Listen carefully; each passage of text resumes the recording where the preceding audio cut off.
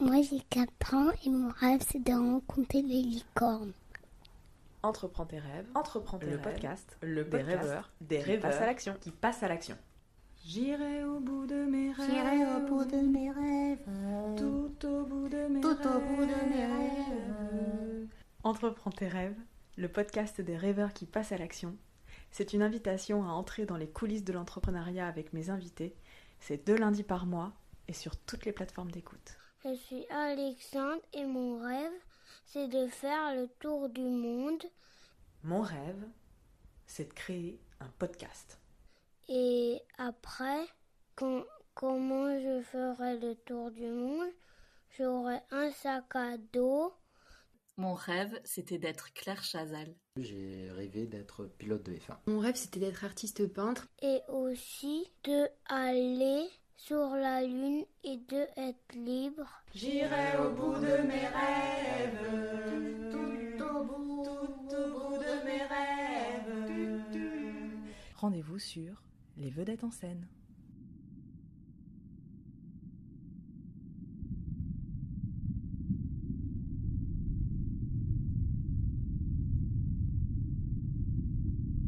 Imagine, c'est l'été, environ 7h du matin, tu nages, tête baissée, la première épreuve de natation de 1,9 km en lac. En lac, ça veut dire pas de courant et peu de profondeur, moins angoissant d'après ceux qui ont nagé en mer. Imagine, tu penses déjà à l'étape d'après. Tu regardes ton chrono, sortir de l'eau, changer mes chaussures, trouver mon vélo parmi les 2400 en course. Imagine, 87 km sur cycle, c'est la 2e étape. Et la 3e étape, c'est 21 km de course à pied. Cette épreuve, c'est un demi-triathlon. Un demi-triathlon Ironman. Et c'est ce que nous raconte Thomas dans cet épisode. Son expérience du triathlon Ironman. Ironman pour homme de fer.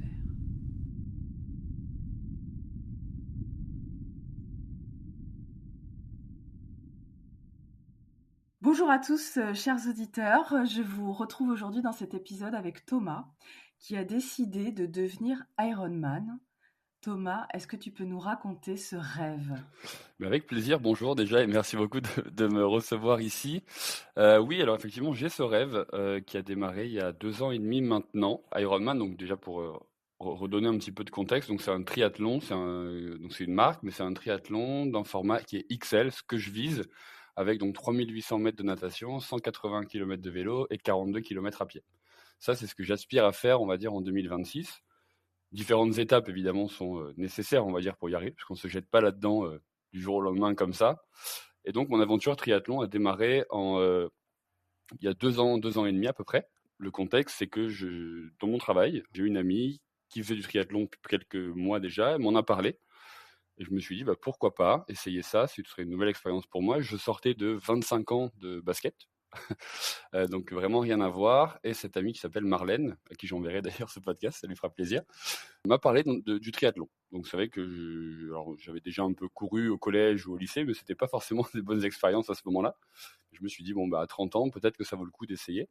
Et donc on a essayé. On s'est inscrit à un triathlon qui est format XS, donc c'est vraiment le plus petit, ce qu'ils appellent le format découverte, avec 400 mètres de natation, 10 de vélo et 2,5 à pied. En termes de temps, ça fait combien le XS en termes de temps et le XL en termes de temps? Combien de temps ça te prend de faire l'épreuve? Alors, le XS, du coup, j'ai mis, je crois, 53 minutes à peu près. Et le XL, que j'espère faire un jour, on est plus sur du, entre 13 et 15 heures. Ok. Donc, c'est vraiment, vraiment considérable, mais il faut bien démarrer quelque part. Donc, c'est ce qui s'est passé. J'ai embarqué aussi ma copine dans cette histoire parce que je lui en ai parlé, elle était d'accord et je lui ai acheté sa place sans trop lui en parler au début. Et donc, on a relevé le défi ensemble, on s'est entraîné pour. Peut-être qu'on y reviendra plus tard, mais j'ai un coach à côté. J'ai changé entre-temps, mais j'ai quelqu'un qui m'accompagne aussi dans cette aventure. Et donc, on l'a fait ensemble avec Marlène et Alice, une collègue aussi de l'époque. Et on a adoré. Vraiment, le constat, c'est qu'on s'est régalé. C'est quelque chose d'hyper nouveau pour nous, absolument pas monotone, puisqu'évidemment, le triathlon, comme son nom l'indique, c'est 3 disciplines, et on s'est régalé. Donc, on a discuté avec ma copine Lauriane le soir, est-ce qu'on continue ? Parce que peut-être qu'on y reviendra, mais ça demande un petit peu d'investissement quand même, ce sport, hein. Il faut acheter un vélo, il faut acheter une combinaison de natation, il faut acheter un casque, enfin voilà. Tout ça, forcément, c'est un coût. Et on s'est dit, pourquoi pas? Et donc, on a continué à avancer. Donc, on est passé, c'est vraiment comme les tailles de vêtements, les formats. On est passé du XS au S. Donc, le S, on est sur 800 mètres de natation, 20 de vélo et 5 à pied. Donc, ça, on l'a fait l'année d'après, en mai 2022, je crois, ou 23. 2022, pardon. Donc là, pareil, toujours aussi bien. On essayait de trouver vraiment des triathlons dans la région pour pas trop bouger, que ce soit facile en termes de logistique aussi. Donc, en premier S, on a fait ensuite un M. Donc là, c'est ce qu'ils appellent, c'est du circonstance, c'est le format olympique. Donc c'est vraiment le format où Cassandre Beaugrand, par exemple, a été championne olympique et on fait troisième en masculin. Donc c'est 1500 de natation, 40 à vélo et 10 à pied.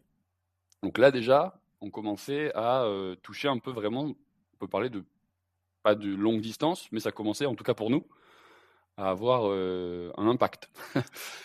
Le format M, c'est un peu moins de 24 heures, mais c'est une journée de sport intensif en fait. Alors c'est un petit peu moins, parce que là du coup, le premier qu'on a fait, j'ai mis un peu moins de 4 heures, ouais c'est ça, j'ai mis 3h50, c'est ça.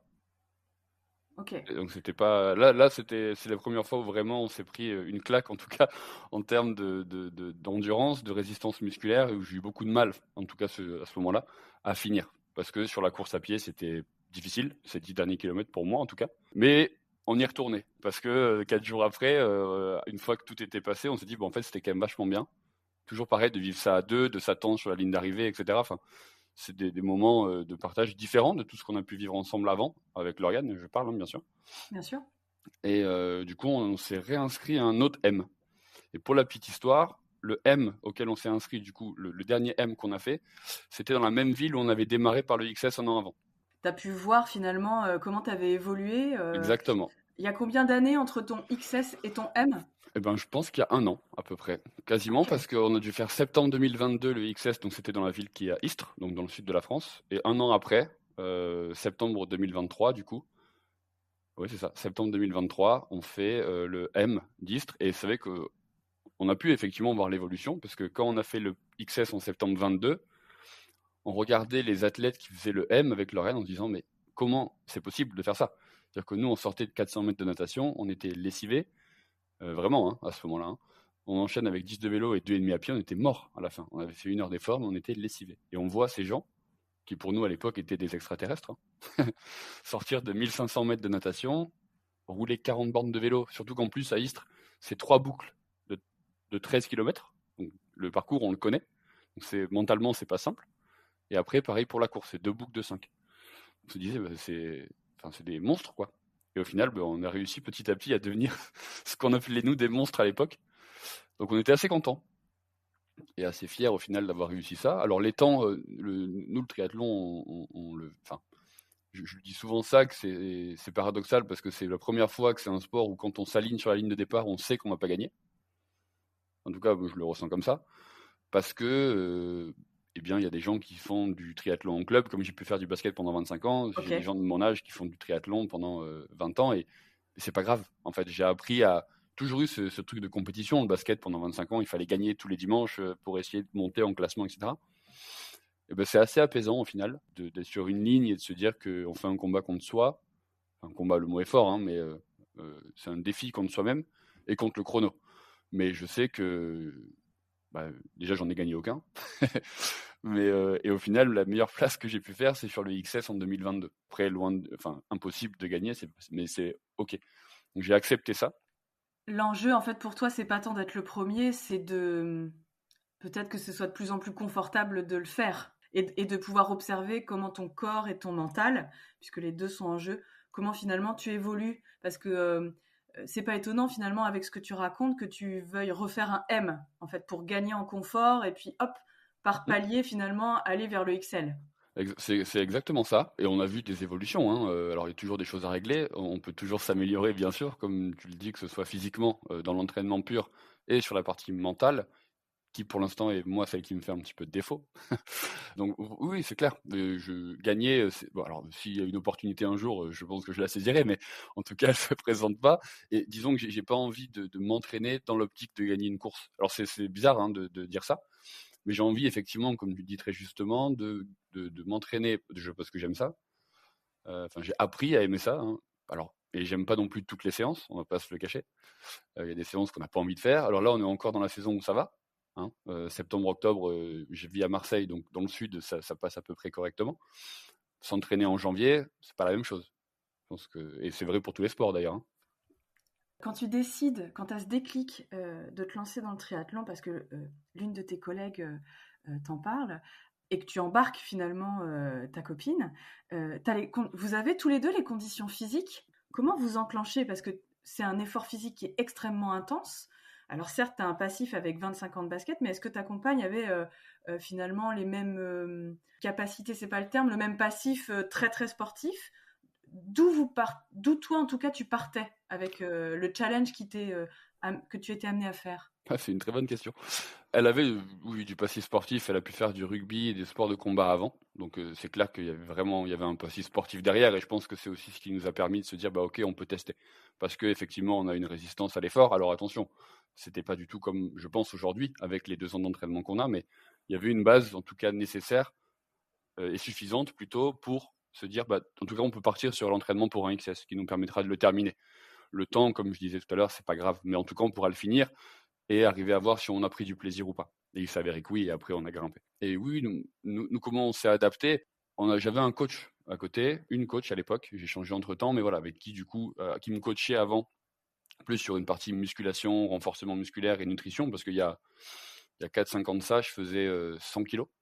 J'étais pas obèse, mais j'étais en surpoids pour moi. Je fais 1m88, donc voilà, ça se voyait un petit peu. Donc je me suis dit, bah, je vais essayer 100 kilos pour moi en tout cas, hein, c'est un poids qui me convenait pas, parce que ça m'empêchait, je pense, d'avoir certaines performances et de pouvoir typiquement aller sur ce genre d'effort. Donc tu as commencé déjà par, on va dire, te remettre en forme. C'était l'idée, c'est-à-dire reprendre une alimentation, Complètement. changer tes habitudes en tout cas en termes d'alimentation, te remettre tranquillement au sport dans une optique plus intensive, parce que ce que j'entends, c'est que c'est quand même une approche globale, c'est un entraînement qui est global. Donc pour bien comprendre, pour que ce soit très concret, vous décidez de vous mettre au triathlon, tu prends d'emblée un coach, tu cherches un coach, ou tu commences à t'entraîner tout seul et tu cherches un coach? Comment on cherche un coach sportif?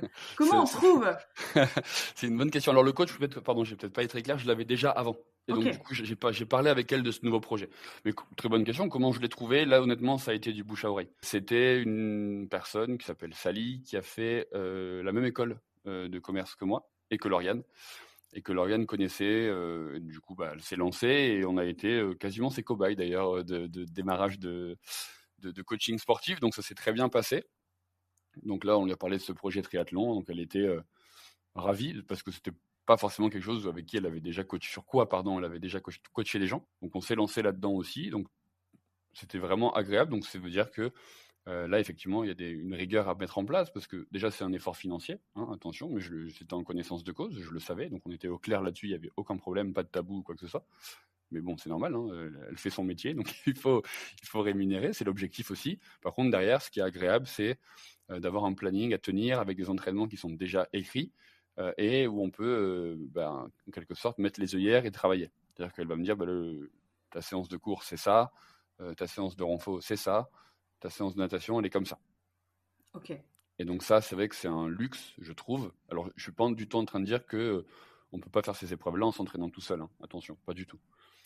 La facilité, moi, ce qui s'est vu, c'est par exemple sur la partie natation, qui est souvent la plus détestée, ou du moins la moins aimée sur le triathlon, pour avoir discuté avec d'autres triathlètes, parce que c'est celle qui fait le plus peur, parce que parfois on nage en mer ou dans un lac, on voit pas le fond. Et la natation, malgré tout, au début, quand j'ai démarré, je me suis dit, je sais nager, ça, c'est évident, je flotte dans l'eau, j'ai jamais coulé. Je me suis confronté à aller en piscine de 50 mètres à Aix-en-Provence, là, après le travail, justement le lendemain de mon inscription à Istres, le XS du coup, pour dire, je vais essayer de nager 400 mètres d'un coup pour voir. Très bonne idée, évidemment. J'ai fait, je pense que j'ai vraiment fait un 50 mètres et j'étais mort. Okay. Donc là, vraiment, c'est heurté à mon mental. Ok, il faut nager 400 mètres et après courir, faire 10 bandes de vélo et courir encore derrière. Donc là, je me suis dit... Donc j'en ai parlé donc à Sally à l'époque, qui par chance était une nageuse de haut niveau avant, et donc a pu me coacher de manière très technique sur la natation. Donc on a fait des séances en mer où elle venait avec moi, elle me regardait nager, me donnait des conseils, etc. Et grâce à ça, aujourd'hui, c'est le sport que je préfère des trois, par exemple. Ce que je trouve intéressant, que j'avais pas forcément mesuré en préparant l'interview, c'est que finalement tu t'entraînes en piscine. On va dire que en tout cas pour cette partie-là, tu vas t'entraîner en piscine, tu vas t'entraîner à la course à pied et ensuite au vélo. Mais je trouve que ce qui est intéressant avec la natation, c'est que tu vas après dans un contexte sauvage et qu'il faut Complètement. également s'entraîner dans un contexte, en tout cas, beaucoup moins cadré que la piscine où il n'y a pas de courant, il n'y a pas de vent, la température, elle est à peu près stable à chaque fois que tu vas à la piscine. C'est tout un contexte qu'il faut prendre en compte et pendant l'entraînement et pendant le jour de l'épreuve. Ah bah absolument, absolument, parce que comme tu le dis, c'est vrai qu'il y a des moments où tu es obligé d'aller en piscine, hein. À partir de janvier, c'est compliqué d'aller en mer. Mais par contre, sur les mois où c'est possible, comme là jusqu'à, je pense, mi-octobre, fin octobre, on essaye, je dis on, loin de moi l'idée de parler au nom de tous les triathlètes, mais en tout cas, moi, j'essaye de faire, en tout cas, c'est mon coach qui me dit ça, mais de faire des séances en mer, en effet, pour essayer de se repérer, puisque ça aussi, hein, nager droit en eau libre avec 200 ou 300 personnes à côté de soi, c'est des choses que je savais absolument pas faire au début. Donc je retrouvais, j'ai une montre connectée qui me permet justement d'avoir la trace et le temps, etc. Et je voyais en effet que je faisais complètement des zigzags, que je me rajoutais parfois. Je crois que c'était mon premier M à Cagnes-sur-Mer. J'avais rajouté 250 mètres à peu près. Donc j'avais nagé 1750 au lieu de 1500.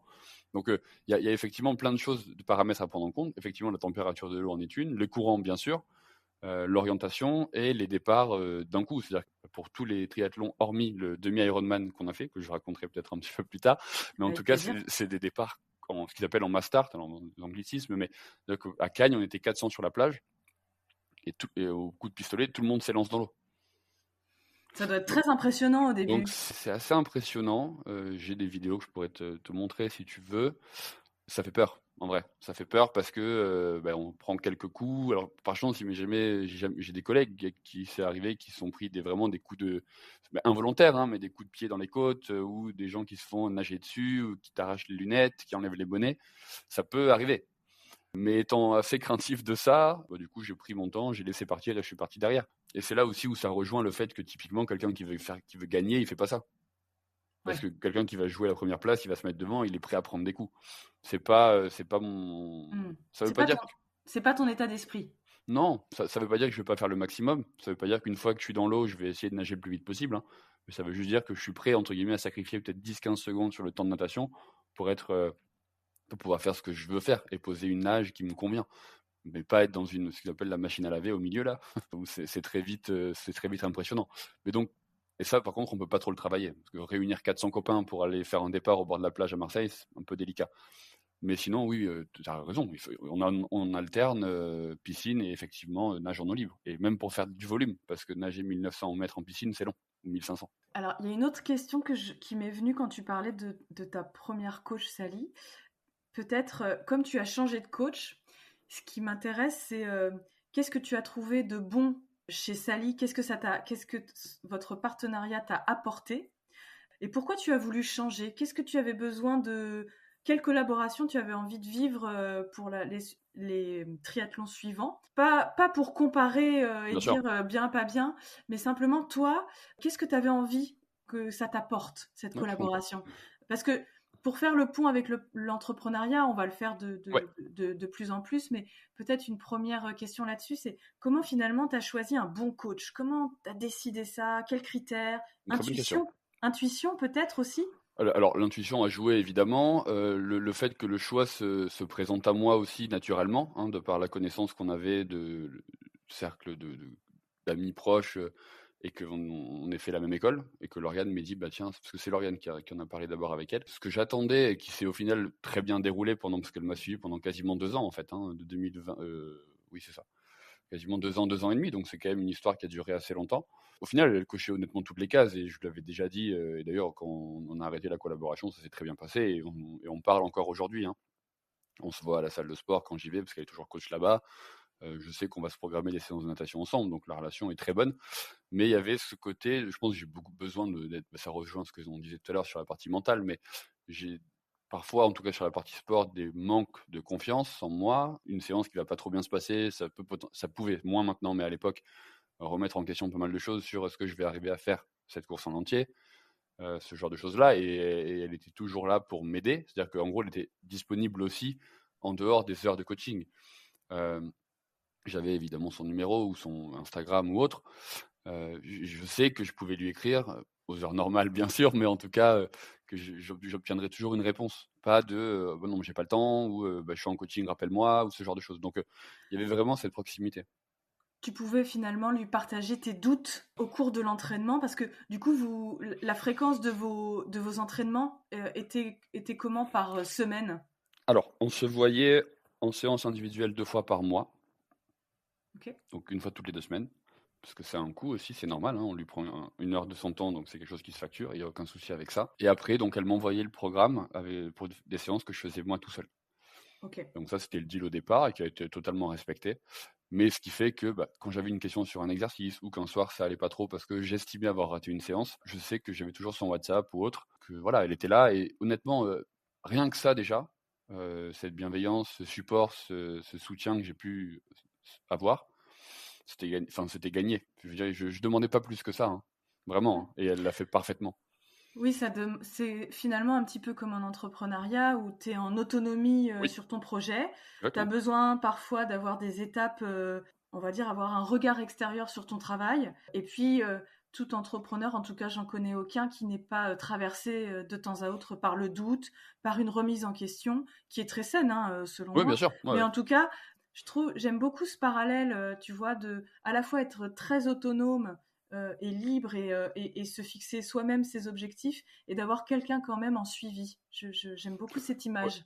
Bah, je suis entièrement d'accord. Et au final, tu vois, ce que tu dis là, avec le suivi, vraiment l'accompagnement, c'est comme ça qu'on s'est rencontrés chez Live Mentor où je travaille aujourd'hui. Et c'est la manière qu'on a, nous, en tout cas, de voir cette partie entrepreneuriale où, au final, effectivement, on va mettre dans ce qu'on propose, donc des formations pour entrepreneurs notamment.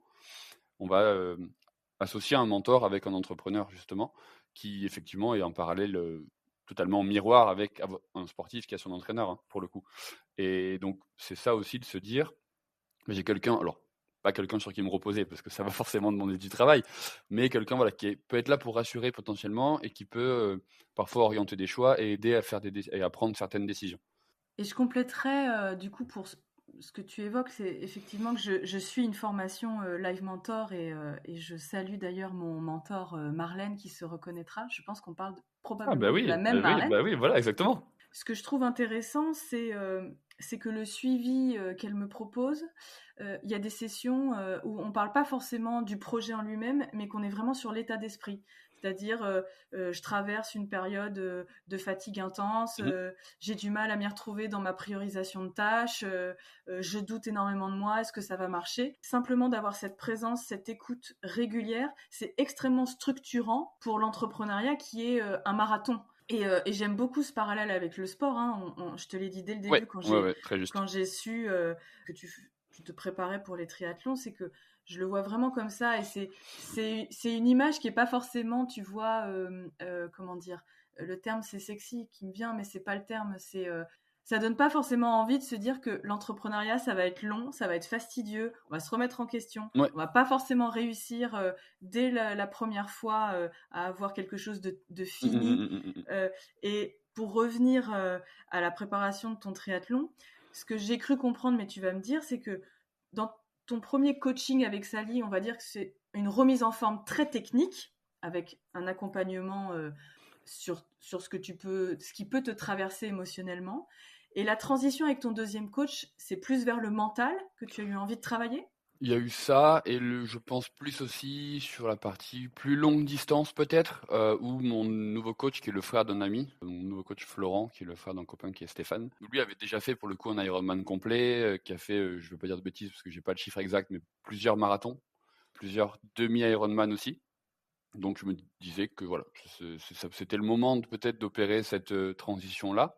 J'en avais parlé à Sally, hein, donc encore une fois, il n'y a eu aucun souci avec ça.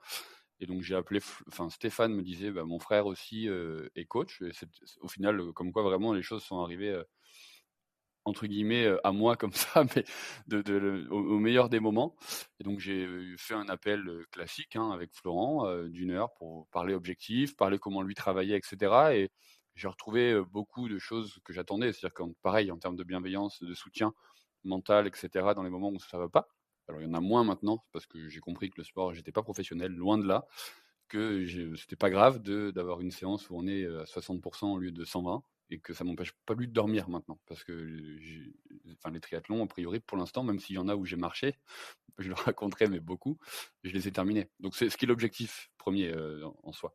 Et donc Florent, voilà, on a établi les objectifs et le premier objectif effectivement qu'on a vu ensemble, c'était donc de faire le demi Ironman d'Aix-en-Provence en mai dernier.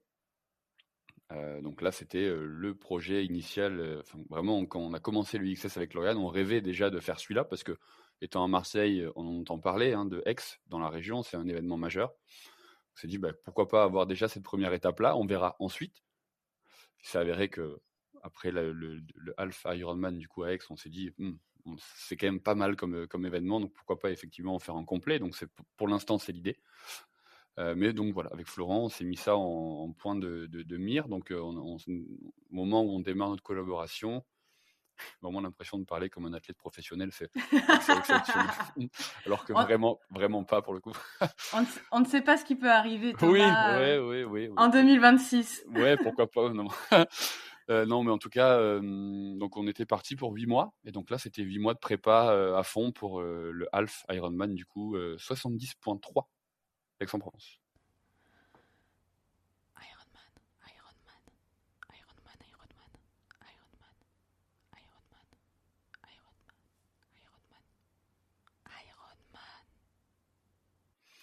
Ce que je trouve intéressant dans ce que tu racontes, c'est que finalement, ton nouvel entraîneur a l'expérience de la course à laquelle il va te préparer. Complètement. Et là où je trouve que ça peut être intéressant, c'est que quand on a enduré une expérience et qu'on veut ensuite la transmettre et accompagner quelqu'un qui veut vivre cette même expérience, il y a quelque chose en plus dans l'accompagnement, c'est-à-dire qu'on peut se relier à la difficulté qu'on peut traverser dans une expérience. Je fais le parallèle avec l'entrepreneuriat et je pense notamment au syndrome de l'imposteur où j'ai souvent entendu des entrepreneurs qui disaient oui, mais moi, je ne suis pas impeccable dans ma propre pratique professionnelle ou personnelle et du coup, il y a quelque chose chez moi qui n'est pas forcément très à l'aise pour le transmettre à mes clients, bien que j'ai vraiment l'impression que je suis vraiment bon avec mes clients. Tout ça pour dire que je crois que c'est important en tant qu'entrepreneur quand on décide de mettre sur le marché un produit ou un service, que c'est pas forcément un défaut d'avoir soi-même enduré et même galéré sur l'expérience qu'on veut transmettre. Complètement. Et d'ailleurs, c'est ce qui va faire que la transmission sera que meilleure. Et surtout, si tu es coach ou typiquement mentor chez nous, ça veut dire que tu vas pouvoir comprendre les difficultés de la personne que tu suis.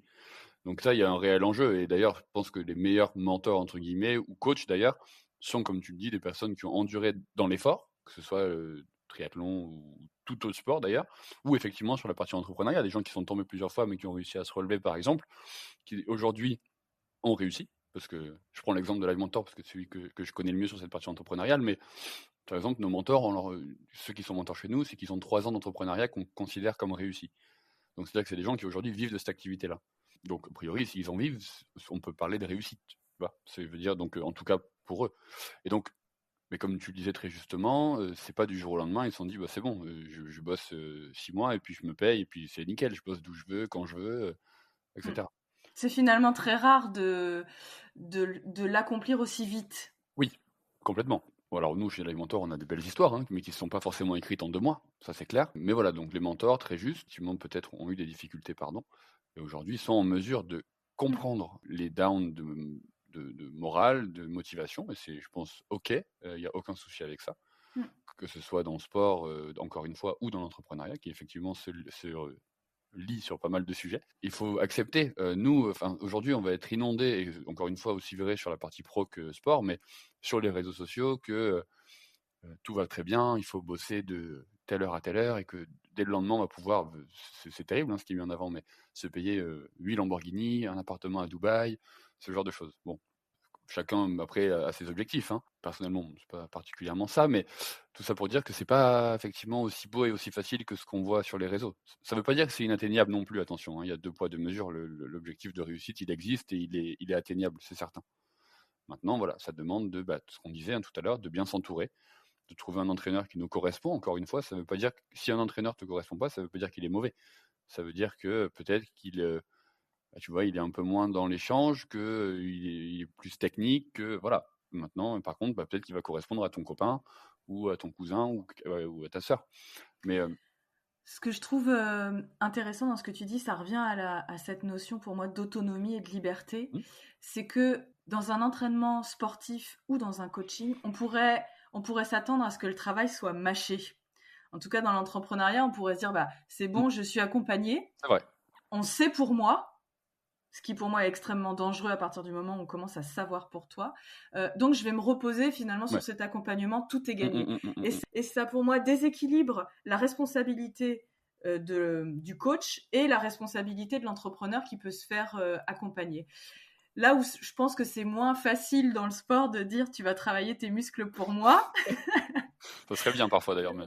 J'ai loupé une séance, tu vas pouvoir rattraper pour moi. En tout cas, j'aime bien cette image que autour de l'effort qu'il est nécessaire, en tout cas dans le marathon de l'entrepreneuriat, tout comme dans la préparation du triathlon, d'être dans cette discipline où j'apprends sur moi-même, j'apprends de la pratique elle-même. Et c'est sur du long terme, et il y a cette notion d'effort qui, je trouve, n'est pas suffisamment, en tout cas, mise en avant dans les réseaux sociaux. C'est clair. C'est clair. Alors, ça commence un petit peu, mais c'est quand même léger. Aujourd'hui, ce qui est vendeur, c'est l'argent. En vrai, hein, c'est triste à dire, mais c'est de montrer ces liasses de billets, de montrer des montres qui, parfois, sont fausses d'ailleurs. Enfin, c'est une vitrine qui est pas du tout... qui reflète pas du tout la réalité. Alors, certainement qu'il y en a qui ont cette vie-là, hein, c'est certainement. Mais comme tu dis très justement, derrière, peut-être qu'ils ont réussi, mais ils n'ont pas réussi du jour au lendemain comme ça. Alors après, chacun se fait son opinion de est-ce que c'est bien est-ce que montrer sa richesse comme ça motive des gens ou pas. Je sais pas, moi de trancher sur ce sujet-là, j'ai mon avis bien sûr, mais bon, ça vaudrait le coup que peut-être des médias montrent que on peut réussir. Voilà, par contre, ça demande de l'effort, ça demande parfois de l'investissement aussi. Comme beaucoup de choses, hein, comme je te disais tout à l'heure aussi sur le triathlon, c'est un choix. Personne nous a forcé à le faire. Alors au début, on savait pas trop financièrement dans quoi on s'engageait quand même, mais on l'a vite découvert. Et encore une fois, il peut y avoir plusieurs niveaux. C'est-à-dire que, pour prendre l'exemple du vélo, qui est l'artifice le plus cher de tous les sports, enfin qui peut l'être en tout cas, sur l'Ironman à Aix-en-Provence, en gros, c'est rigolo parce que tout le monde pose son vélo au même endroit. Parce qu'en gros, tu sors de la natation, tu cours récupérer ton vélo et après tu pars en vélo. Donc il y a vraiment le rassemblement à Aix pour l'Ironman, enfin le demi, je dis Ironman, ce n'est pas un Ironman, c'est un demi-Ironman. Il y avait 2360 vélos, je crois. Donc c'est assez costaud. Je te montrerai, j'ai des photos qui c'est assez impressionnant. Donc déjà, quand tu sors de l'eau, il faut le trouver, mais tout ça pour dire qu'il y avait tous les prix. Tu vas avoir effectivement les professionnels, donc ils sont hors catégorie en termes de niveau, c'est vraiment abyssal l'écart. Ils ont des vélos, je sais pas, ça doit coûter entre 12 000 et 15 000 euros. Ok. Et il y a des personnes qui, je pense, ont des vélos qui sont à... Bon, ça va rester une somme, attention, hein, je dis pas que c'est pas cher, mais peut-être qu'il y a des vélos à 700 ou 800 euros, parfois 400-500 peut-être, et qui terminent. Donc, tu vois, au final, j'allais dire, il peut y en avoir pour tous les budgets, oui et non. 500 euros, ça reste quand même très cher. Et puis sinon, il y a des sociétés qui sont aux abords de ce parc à vélo qui louent des vélos, par exemple, pour la compétition. Donc il y a moyen de trouver, mais ça reste quand même cher. Alors, 2 choses qui me viennent par rapport à ce que tu dis. La première, c'est l'investissement sur soi. Oui. Je crois que l'argent, c'est est-ce que j'ai les moyens de m'offrir ce projet-là qui englobe l'achat d'un vélo, d'une combinaison, et est-ce que j'ai les moyens et est-ce que j'ai envie, en fait, pourquoi je le fais. C'est pour ça que, tu vois, quand on parle de budget, moi j'ai plutôt envie de parler de choix. C'est-à-dire qu'il y a des gens qui sont prêts à payer 200 euros pour un concert. C'est vrai. D'une musique qui, moi, ne va absolument pas me parler, où je vais trouver que c'est complètement démesuré. Ouais. Mais ce que je trouve beau, c'est que c'est un choix. Au-delà de ce que je gagne, parfois, en fait, je vais me dire, je vais économiser. Et parce que ce projet-là va me nourrir à côté, en fait, je vais décider d'investir peut-être une grosse partie de mon salaire, peut-être le tiers de mon salaire par mois pour mettre cet argent de côté-là, et je vais faire des choix et renoncer à autre chose. Mais mon objectif, c'est ça. J'ai souvent cette image-là du salaire. Ça me parle plus quelqu'un qui va gagner peut-être un SMIC, mais qui a un objectif derrière, je comprends. plutôt que quelqu'un qui va en gagner peut-être 4 fois plus, mais qui subit son travail et pour qui ça n'a pas de sens. Tu vois, c'est la première chose, le choix financier. Et la deuxième idée est partie, évidemment. J'ai perdu le fil. Peut-être que tu veux rebondir peut-être sur cette première chose. Je suis entièrement d'accord. Alors, quand je disais c'est cher, c'est vrai que juste pour peut-être des gens qui ne sont pas du tout au fait du triathlon, d'entendre ces chiffres-là, effectivement, ça peut faire se lever un peu. De toute façon, je pense que les personnes, honnêtement, qui se lancent là-dedans, et surtout, notamment sur le Alpha Ironman en général, c'est assez rare que ce soit le premier triathlon des gens. De par les distances, tu vois, il doit y en avoir, hein, mais pour avoir discuté avec quelques personnes, j'avais vite compris que c'était pas leur premier. Donc effectivement, ce choix, il a été fait déjà en avance. Avant, il y a eu d'autres compétitions. Ils ont connaissance de ce que c'est. Donc je te rejoins à 100% là-dessus. Et souvent, les choix, de toute façon, ils se forcent parce que quand tu t'entraînes, enfin, pas faire le prétentieux, mais c'est vrai que ça demande forcément un peu de temps d'entraînement. Et alors, nous, on était, sur les dernières semaines, on était entre 8 et 10 heures à peu près par semaine. Ça prend 6 jours, donc forcément, c'est un engagement. C'est un engagement, il y a un peu moins de temps pour aller boire des bières, parfois à mon grand désarroi. Et donc au final, alors je dis pas que moins de bières, ça permet d'acheter un vélo à 10 000 €, hein, attention. Mais en tout cas, ce qui est sûr, c'est que à la fin du mois, ça fait un peu plus de sous qu'on peut réinvestir ou on peut s'acheter un dossard de triathlon, parce qu'il y a ça aussi à prendre en compte. Typiquement, si on parle de l'Ironman Dex, demi, encore une fois, le dossard, plus l'assurance, plus la licence, etc. Parce qu'on n'est pas licencié en club, on est en total pour quasiment 400 €. Ok, oui, c'est un vrai choix financier. C'est un engagement et sur du long terme, sur plusieurs années même. Donc c'est vraiment un projet qui se construit dans le temps, quoi. Oui, c'est clair. Et puis si vraiment on parle que d'investissement complet, du coup ça veut dire il faut regarder aussi l'investissement fait pour le coaching, l'investissement, alors après si on prend vraiment tout, c'est l'entrée aux piscines, c'est l'abonnement à la salle de sport. Bien sûr. Ça demande des calculs qu'on a fait avec Lauriane, ma copine, du coup, savoir déjà si ça pouvait rentrer pour nous, est-ce que ce choix est faisable. Ça l'était, ça demandait certaines concessions bien sûr, c'est sûr, mais pour l'instant on les tient, on verra jusqu'où ça va. Pour l'instant on regrette pas, et c'est bête, mais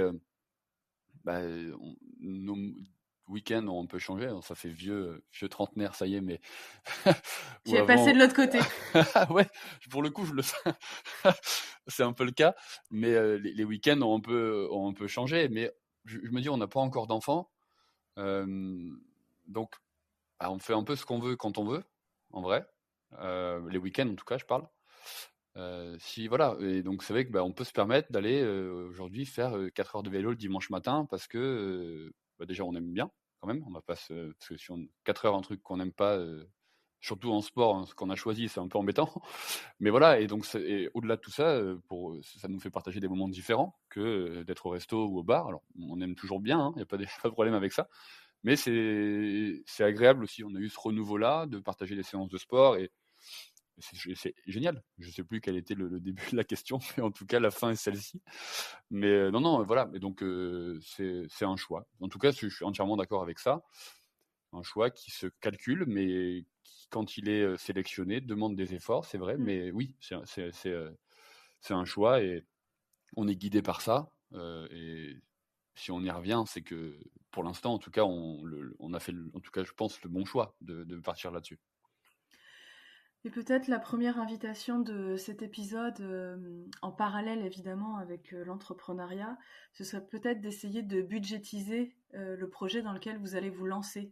C'est-à-dire que le conseil, c'est quand même d'avoir un boulot salarié à côté, en tout cas une sécurité financière avant. C'est sûr. C'est sûr, et de budgétiser, parce que je pense qu'au début, on a l'idée, on a l'engouement de l'idée, on a envie de se lancer. Je pense que c'est important d'être très pratico-pratique, en tout cas le plus vite possible, sur combien d'énergie ça va me coûter, est-ce que je vais aimer ce que je vais faire, donc je vais devoir tester sur le terrain pour voir si j'aime, tout comme tu vas tester un sport, et tu le disais, la natation était au départ celui qui t'attirait le moins. Et ça s'est transformé, donc comme Oui. quoi. Ouais, c'est vrai. Et ensuite, voilà, d'essayer de budgétiser quelles vont être mes dépenses financières très concrètes, mais combien de temps ça va me prendre, comment je vais organiser mon emploi du temps pour organiser le marathon sur la durée. Comme on le disait, c'est pas des clair. success stories sur 6 mois. Non, c'est clair. Et je pense que d'ailleurs, souvent, c'est ce qui se passe. C'est ce qu'on essaye, nous, de promouvoir aussi dans nos formations. C'est qu'il y a un enjeu financier derrière qui est certain. Pour le côté entrepreneurial, hein, je parle là, bien sûr. Mais d'avoir une idée, de ne pas se laisser, effectivement. Alors, l'engouement, il est très bon au début. Maintenant, voilà, il faut essayer, je pense, parfois de le canaliser pour en faire une force et vraiment une mise en application typiquement, si on parle de Live Mentor, mais de ce que tu vas pouvoir regarder sur les formations et de vraiment tester, mais de pas forcément essayer de trop s'éparpiller. Alors, je sais que c'est pas simple. Si on revient sur la partie sport, parce qu'au final, on peut vraiment faire des parallèles entre les deux, c'est assez dingue, mais au début, quand on commence, on se dit, moi, je me rappelle, hein, quand ils m'ont envoyé ma première semaine de préparation pour le demi-Ironman, c'était génial, ça va être trop bien. Il n'y avait que du positif. C'était vraiment, c'est super, je suis trop content. Et en fait, tu parles d'engouement, c'est exactement ça. Hein. J'étais trop motivé, je me dis, ça va être génial, ça va être facile, je vais le faire. Alors, vite compris que ça allait pas être si simple que ça. Il va falloir se rebrousser les manches, remonter les manches, on va y arriver, et se mettre au boulot. Donc c'est la même chose.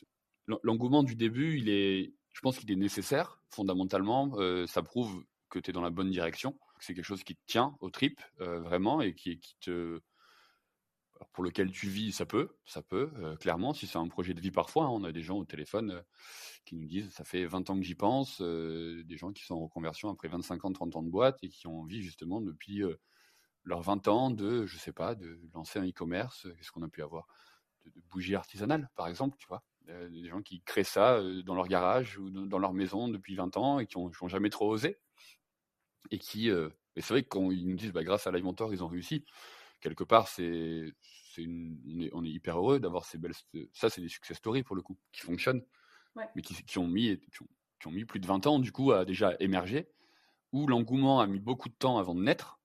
L'engouement et le fait de s'auto-convaincre que, en fait, pourquoi je le ferais pas. Oui, il y a cette phase dans le projet où tu t'es pas encore lancé, mais il y a cette énergie là, c'est presque une impulsion, tu vois, d'aller vers l'avant. Et elle met parfois énormément de temps à se mettre en place.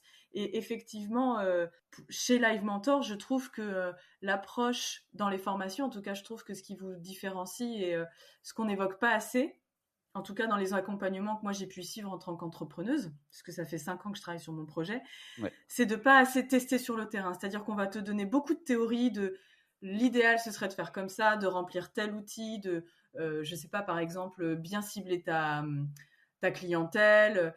Et finalement, je trouve que chez Live Mentor, le plus, en tout cas, moi que j'ai pu vivre, c'est vraiment d'aller tester sur le terrain, d'aller interroger ses potentiels clients, d'aller se confronter à la réalité, en fait. C'est hyper important parce que c'est comme ça que tu te réajustes. Mais c'est pas forcément simple parce que parfois on a l'impression d'avoir la meilleure idée, celle qui va être la plus optimale, voilà, l'idée de génie, quoi, dans le sens où on est vraiment persuadé que c'est bon.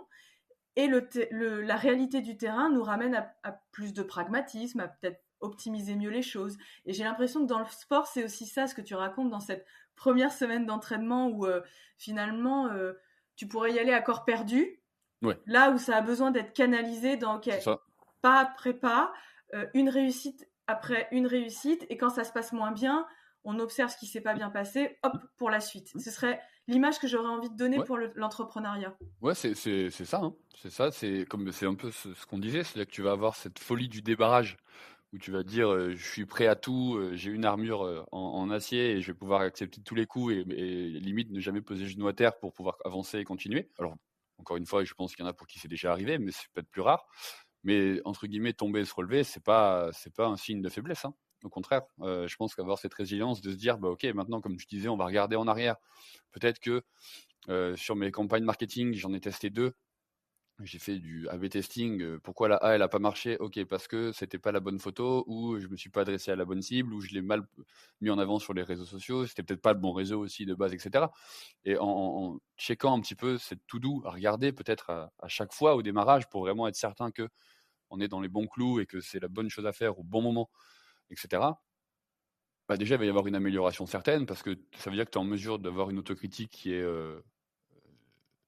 alors j'allais dire une autocritique neutre, c'est pas le bon terme, mais objective plutôt, et de te dire ok, bah, du coup j'arrive à pas être trop dur avec moi-même, parce que souvent c'est le cas, hein. Souvent on a des personnes au téléphone qui me disent mais bon, en fait je me lance pas parce que si je fais pas quelque chose de parfait, c'est ce que tu disais tout à l'heure, bah, je m'écoute trop entre guillemets, et du coup c'est très dur de faire quelque chose de parfait, je pense, voire même intouchable. Alors ça peut être la limite vers laquelle on tend, évidemment, parce qu'on veut toujours faire mieux, ça c'est normal. Être parfait, c'est compliqué, mais en tout cas, accepter que peut y avoir, alors pas des ratés, parce que c'est un mot qui est fort, mais des campagnes marketing ou des entraînements qui se passent moins bien, c'est une chose, et c'est normal. Encore une fois, ça va dépendre de ta forme du moment, ça va dépendre de comment aujourd'hui, comme tu disais, tu vois, si tu enchaînes des mauvaises nuits à cause des enfants ou autre, bah, peut-être que le 4e jour, il sera un peu moins productif.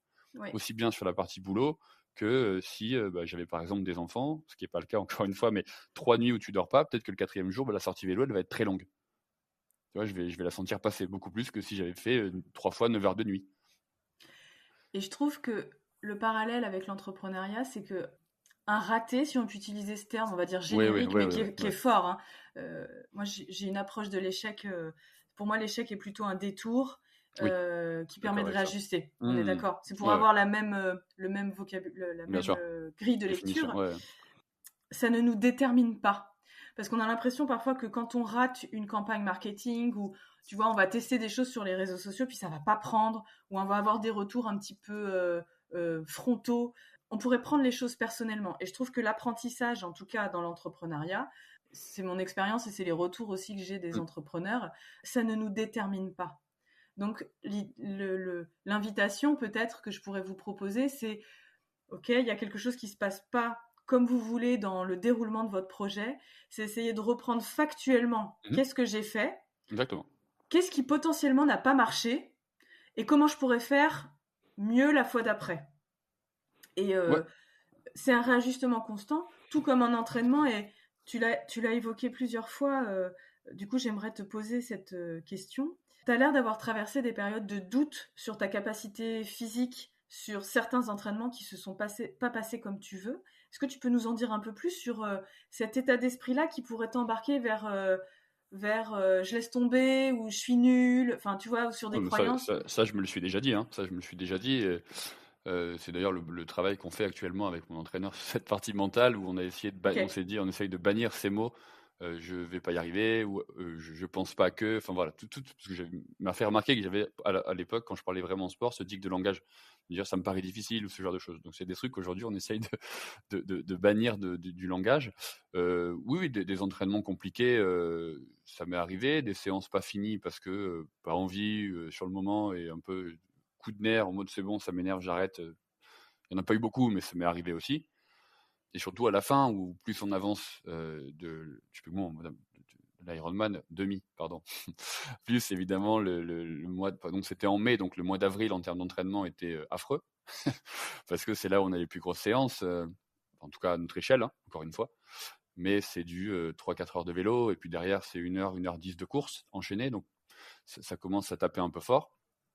Et là c'est difficile. Et là en fait ce qui est difficile, alors il y a la difficulté instantanée, parce que c'est vraiment difficile dans le moment, dans les jambes et dans la tête et de partout, mais aussi de se dire que là, l'effort qu'on vient de faire, il va être encore plus long le jour J. C'est-à-dire que quand je fais 4 heures de vélo et 1 heure de course, le jour J, la course, c'est pas 10 km, quoi, c'est 21, donc c'est deux fois et demi plus. Et vu que la course, c'est ce que j'aime le moins aujourd'hui, je savais que j'allais fortement souffrir le jour J. Donc il y en a eu mais au final c'est des choses qui pour moi, quand j'arrêtais à l'époque, il y a 8 mois, hein, j'appelais ça presque un échec, parce que je voulais, tu vois, retrouver cet engouement du début, en me disant non, je veux aller au bout, je veux toujours être content, je veux être heureux, j'ai envie d'être joyeux quand je m'entraîne. Mais c'est pas grave en fait d'accepter qu'une séance soit dure et qu'on l'aime pas. Ça, je l'ai compris un peu à la fin. Et du coup, je suis beaucoup plus serein maintenant. Je dis pas que ce sera plus facile, mais je suis beaucoup plus apaisé à l'idée de entamer une prépa qu'avant. Parce que du coup, déjà, je pense que le niveau dans les sports, j'espère en tout cas, un peu augmenté par rapport à il y a 1 an et demi. Sinon, c'est pas très bon signe. Mais en tout cas, voilà, d'accepter que, encore une fois, ça revient à ce qu'on disait, que je suis pas professionnel du tout. C'est pas du tout l'ambition non plus. Je le fais parce que j'aime ce sport, que c'est quelque chose que je partage avec Lauriane, que ça me plaît de me dépasser, mais à mon échelle. C'est-à-dire que, typiquement, le projet, là, c'est qu'on refait le demi-Ironman d'Aix l'année prochaine. Donc, en mai 2025, on va le refaire. Spoiler alert, je vais pas le gagner. Mais c'est pas grave. Par contre, j'ai un temps à battre que j'ai fait l'année dernière. Et voilà, mon objectif, ma ligne d'arrivée, elle est là. Elle est de battre la marque que j'ai fait l'année dernière. Ce que j'entends, c'est qu'il faudrait presque toujours être bien, toujours être confortable, toujours être heureux de pourquoi je fais les choses. Ouais, ça c'est le reflet des médias aujourd'hui et des réseaux sociaux. Et Ouais. je le vois beaucoup sur la partie triathlon parce que maintenant, je me suis fait, pour l'histoire, un petit compte triathlon où je fais mes récits de course, etc. Et ça me plaît bien. Et du coup, je suis forcément retargeté par beaucoup d'athlètes professionnels. Je peux y revenir d'ailleurs. J'ai échangé. Le milieu du triathlon est quand même, hormis ça, assez bienveillant et assez cool. Mais je reviens juste après. Mais oui, quand tu vois les gens s'entraîner ou des influenceurs qui se lancent ces choses-là, alors pas tous, hein, il y en a 2 ou 3 que je suis qui montrent la vraie difficulté, qui font des vidéos YouTube de 40 minutes et qui disent c'est difficile, c'est dur, et qui effectivement sont aussi pour contrer ce tout est toujours trop beau. Mais il y en a effectivement, c'est je cours 20 bornes le matin, c'est génial, je fais ça à 3h30 du matin, j'exagère, hein, mais je me lève à 2h, je prends une douche froide, Ouais. et après je bosse, et puis je roule en Lamborghini à Dubaï. Tu vois, c'est souvent un peu dans cette lignée-là quand même. Hein. Ouais, et quand bien même ce serait une caricature ou un trait poussé, Oui. en tout cas, je suis d'accord avec toi que c'est aujourd'hui pas encore d'actualité de montrer à quel point on peut se mettre en difficulté. Et ce Parce qui que ça fait intéresse, faible, presque. oui, c'est Alors que pas du tout. Hein. on confond la vulnérabilité, la limite dépassée, Exactement. le fait 100%. qu'on soit humain et que finalement ces émotions-là, elles nous traversent tout comme elles peuvent nous traverser dans notre vie familiale ou notre vie professionnelle. En tout cas, je crois qu'on confond aujourd'hui la faiblesse où on pourrait se victimiser, de dire ah là là, qu'est-ce que difficile, tu vois. Et puis cette vulnérabilité de aujourd'hui, c'est pas le bon moment, j'ai quelque chose d'inconfortable qui me traverse. J'ai parfois aussi des croyances ou des pensées qui vont me limiter encore plus, en tout cas qui vont pas être porteuses. Ok, j'accepte de me laisser traverser par ça. C'est la météo du jour et cet entraînement-là, il est pas bon. Tout comme dans l'entrepreneuriat aujourd'hui, j'y arrive pas. Ou dans son travail salarié, hein, il y a des jours où on n'a pas envie d'y aller. C'est pas grave. Je crois que c'est un changement qui est en train de s'opérer, de pouvoir juste parler de ça sans le dramatiser, en fait. Juste, ok, cette session, elle était merdique. Ouais. Ok, ça ira mieux demain. C'est peut-être parce que j'ai besoin de me reposer. En fait, c'est un Bien sûr. indicateur. C'est un indicateur. Bien sûr, je suis entièrement d'accord. Et donc voilà, c'est vrai que c'est des comptes que j'essaye de pas trop regarder parce que je sais, alors pour avoir baigné un petit peu maintenant, mais encore une fois pas à niveau pro, mais c'est pas la vraie vie, je pense, d'être toujours à 100% et en forme. Mais il y a 2 youtubeurs qui à la base viennent du fitness, donc vraiment muscu, qui se sont mis comme défi de faire un Ironman complet. Donc c'est Eric Flag et un mec qui s'appelle Bazinga également. Donc c'est 2 chaînes YouTube qui sont vraiment intéressantes. Pour l'histoire, Eric Flag, donc les 2 ils sont à 300, 400 ou 500 000 abonnés sur YouTube, donc c'est quand même des gens qui ont une notoriété qui est intéressante. Eric Flag a fait le Ironman d'Aix-en-Provence l'année dernière, donc je l'ai vu de loin. Mais du coup ils ont fait, en vrai ce qui est cool c'est que hormis la partie fitness parce qu'ils sont vraiment vraiment costauds, mais j'ai l'impression de me retrouver un peu en eux, dans le sens où leur objectif c'est de faire un meilleur temps. Un meilleur temps et d'avoir fait un full Ironman. Et ils ont fait l'étape de faire un demi avant, ils ont fait un M avant leur demi, donc vraiment le parcours il colle un peu, donc c'est vraiment agréable. Et eux pour le coup, c'est ce que je te disais tout à l'heure, filment les moments où ça va pas, les moments où ils sont sur le vélo et qui prennent la pluie et le vent de face pendant 2 heures. Ça c'est pas agréable. Hein. Je déteste. Donc, voilà, on est d'accord. Mais en tout cas, eux, ils le montrent. Et ne serait-ce que pour ça, ils méritaient pour moi, en tout cas, que j'en parle, parce que c'est toujours agréable d'être en prépa et de voir des gens aussi qui font une prépa et qui souffrent un peu avec toi. C'est d'ailleurs souvent les podcasts de Eric Flag, du coup, que je mets dans mes oreilles quand je vais courir, par exemple, parce que je le trouve assez motivant. Il a une vision de triathlon, j'ai l'impression qu'on a à peu près la même, de faire le mieux possible, mais de savoir d'avance, a priori, encore une fois, qu'on ne gagnera pas, mais de tout donner quand même, c'est-à-dire d'arriver au bout et passer la ligne et alors pas de plus pouvoir marcher, mais d'avoir besoin de s'asseoir quelques minutes avant de pouvoir repartir. Donc voilà, ces deux-là sont vraiment, vraiment bien, si ça intéresse des gens. Et juste pour refermer la parenthèse de tout à l'heure sur quand je disais que le milieu du triathlon, en tout cas, mon expérience avec les professionnels est vraiment cool, c'est que j'ai eu l'occasion, alors à travers Instagram, de discuter très simplement avec trois athlètes pros, qui sont Clément Mignon, Marjolaine Piret et Julie Yemolo. Les trois sont professionnels depuis plusieurs années, font des Ironman dans des temps auxquels je ne peux rêver. Et vraiment adorable, hyper sympa, hyper accessible. Clément Mignon, pour le coup, enfin les trois d'ailleurs, je leur ai dit que je faisais Aix-en-Provence. Les trois l'ont fait et m'ont donné des petits conseils. M'ont dit que la course à pied n'était pas forcément évidente. Voilà. Donc c'est rien peut-être pour eux, mais je sais pas, moi j'ai trouvé ça vraiment sympa de prendre ces 3-4 minutes pour me répondre. Et donc ça m'a confirmé qu'au final, ce sport était quand même vraiment sain. En tout cas pour l'instant, j'ai pas eu de mauvaise expérience du tout. 2 choses qui me viennent quand tu parles de ça. La première, c'est d'avoir des personnes qui sont inspirantes, de trouver des modèles inspirants, quelle que soit la pratique. Oui. Et puis le sport peut t'inspirer pour ton travail. Tu vois, et donc j'aime beaucoup la façon dont tu peux t'inspirer des gens sur les réseaux sociaux et c'est la première chose, la première invitation là-dessus que j'aimerais proposer, c'est essayer de trouver vos modèles inspirants, les gens qui, dans ce qu'ils vont partager, dans la vision de la discipline qu'ils pratiquent, vont vous inspirer et puis vous redonner la pêche. Ouais. Je crois que c'est important d'avoir voilà, des figures comme ça de référence. Complètement. Et la seconde chose, et là du coup c'est un petit défi de cap ou pas cap que j'ai envie de lancer aux auditeurs, c'est que, et tu l'as fait, c'est d'aller essayer de communiquer, de partager avec ces gens-là, parce qu'aujourd'hui, la beauté des réseaux sociaux, c'est que tout le monde est accessible, quoi. C'est assez extraordinaire. Tu vois, là où les athlètes d'il y a, je pense, même 30 ans, c'était beaucoup plus compliqué de les aborder, de leur parler simplement. Là où maintenant, alors peut-être pour des raisons de temps, de timing, les gens peuvent ne pas te répondre, mais je pense qu'on est beaucoup plus accessible aujourd'hui et que si, chers auditeurs, il y a quelqu'un que vous admirez, qui vous inspire et que vous avez envie de le solliciter, allez-y, quoi, parce que je crois que on n'ose pas suffisamment le faire. Ouais, c'est clair. Pour le coup, honnêtement, je me suis posé la question, tu vois, ils vont me dire, est-ce que ça fait pas un peu groupie, un peu nul d'envoyer un message, une question ou quoi? Et en fait, pas du tout. Je fais un sport que eux pratiquent au niveau professionnel, donc la discussion, elle va converger vers quelque chose qui a priori les passionne. Ils sont très heureux, je pense, de voir qu'on les connaît dans le milieu de ce sport-là, qu'ils sont inspirants, comme tu le disais très justement. Et au final, ça s'est toujours très bien passé. Alors attention, c'était pas des discussions pendant 1h30, mais ils ont répondu.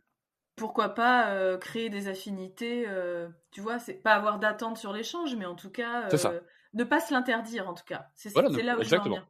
Non, mais c'est clair. Et ces gens-là, notamment ces trois, en tout cas, donc je suis évidemment sur la partie réseaux sociaux, sont aussi dans la vérité du triathlon, enfin, du peu que j'en connaisse, des difficultés, des blessures parfois, des abandons sur les courses, des moments difficiles pour s'entraîner, du coup pour Marjolaine et Julie par exemple, quand elles ont leurs règles par exemple, où elles vont en parler aussi sur les réseaux sociaux, et c'est quelque chose je pense de très important et de très bien, de dire que ça arrive, que parfois en tout cas elles le mettent en avant, elles ont raison de le faire, pour aider aussi peut-être des personnes qui n'osent pas en parler, ou qui devraient pas, mais qui est tabou parfois dans le sport, et pas que dans le sport d'ailleurs.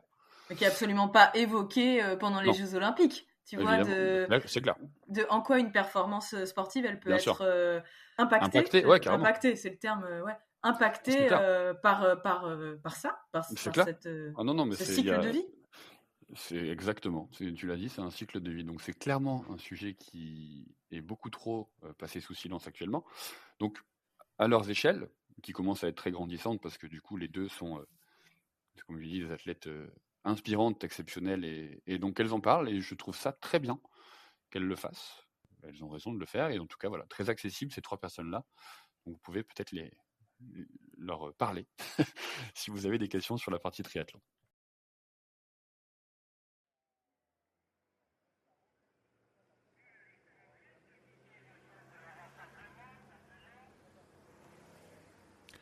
C'est la fin de cette première partie d'épisode. La prochaine fois, Thomas nous racontera son épreuve, comme si on y était. D'ici là, ayez confiance en vous.